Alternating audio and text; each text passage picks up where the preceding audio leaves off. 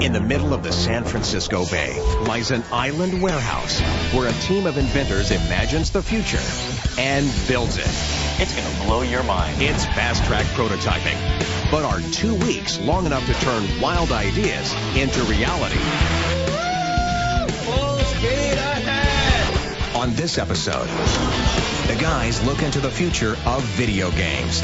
Using virtual reality technology of today, our team attempts to create boxing robots that mimic a player's movements inside a real boxing ring. Oh, that hurt.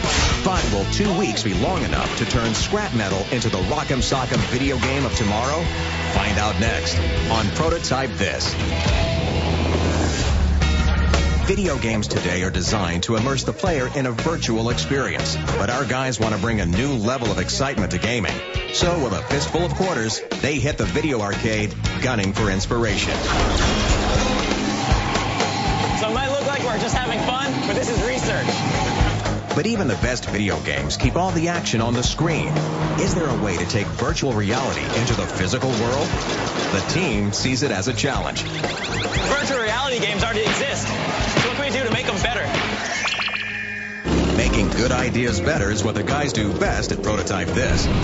So back at the concept table, they knock around the game plan in a brainstorming session. All right, what do you guys got? All right, we came up with a great idea for a prototype. Giant boxing robots. Think about virtual reality games, right? It lets you experience things that are too dangerous or unrealistic to do in the physical world. Imagine adding an extra layer of physicality to that. So now it's real robots throwing the punches. Yeah, and we can build the system so the players are outside of the ring using physical boxing movements to control the robots. That way they can stay safe. So there's a lot to do. Where do we start with this?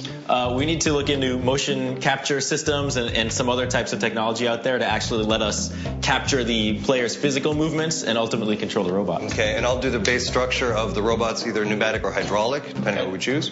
And also, we need to figure out how these things are going to look, Right, giant, 8, 9, 10, 100 feet tall. Yeah, definitely big, huge, industrial, Exactly. Looks like something that just climbed out of a scrap heap, kind of like a Frankenstein junkyard thing. I love it. Cool. Well, I just have one question, guys. Does anyone here actually know anything about boxing? I got punched in the face once. Sounds like we need to do some basic research. Yeah. All right, gentlemen, the only time you'll ever hear me say this, let's go to the gym.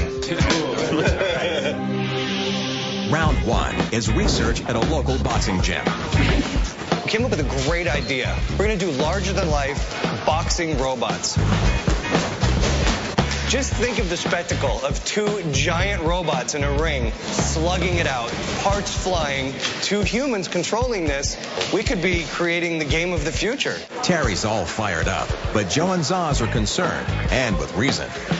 Well, we don't really know a lot about boxing. We could sit in the lab and we could sort of guess how someone's going to move and how they're going to punch, but we don't know for sure.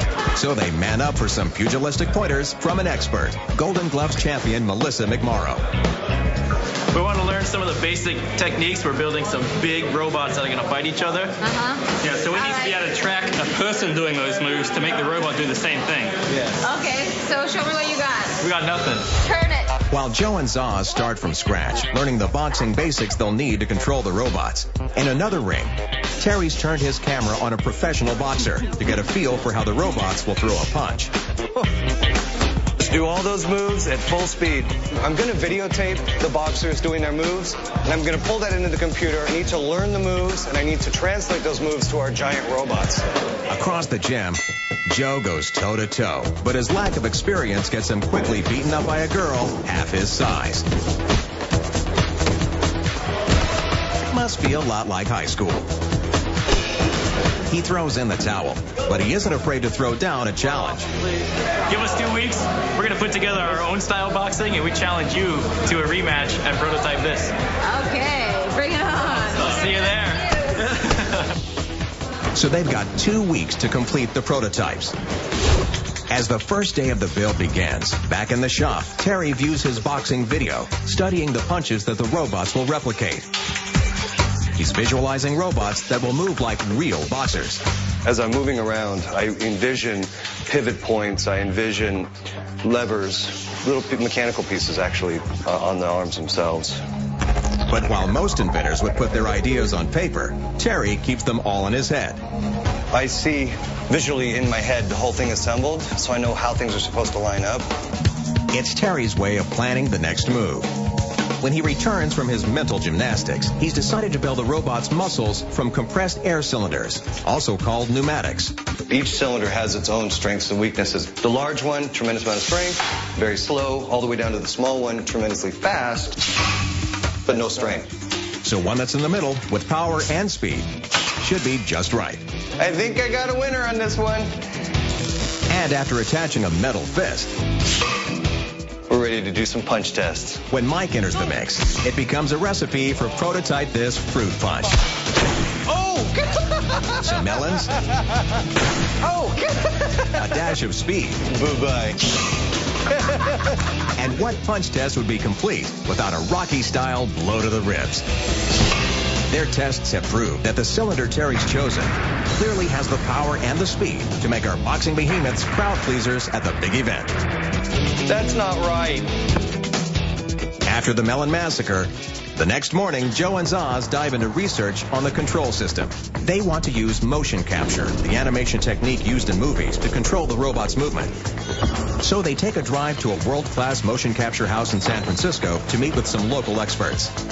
Phase Space is a leader in motion capture systems. For nearly 15 years, they've built cutting-edge capture arrays for major Hollywood studios. And after being outmatched in the boxing gym, Joe and Zaz need some time in their element. Joe? So after meeting the owner, it's not long before they're back in full geek mode, complete with costumes. All right, let's enter the arena. Let's go. The LED suits they've put on instantly makes Joe into an underwear-clad rhinoceros and transforms Zaz into the noble Black Knight.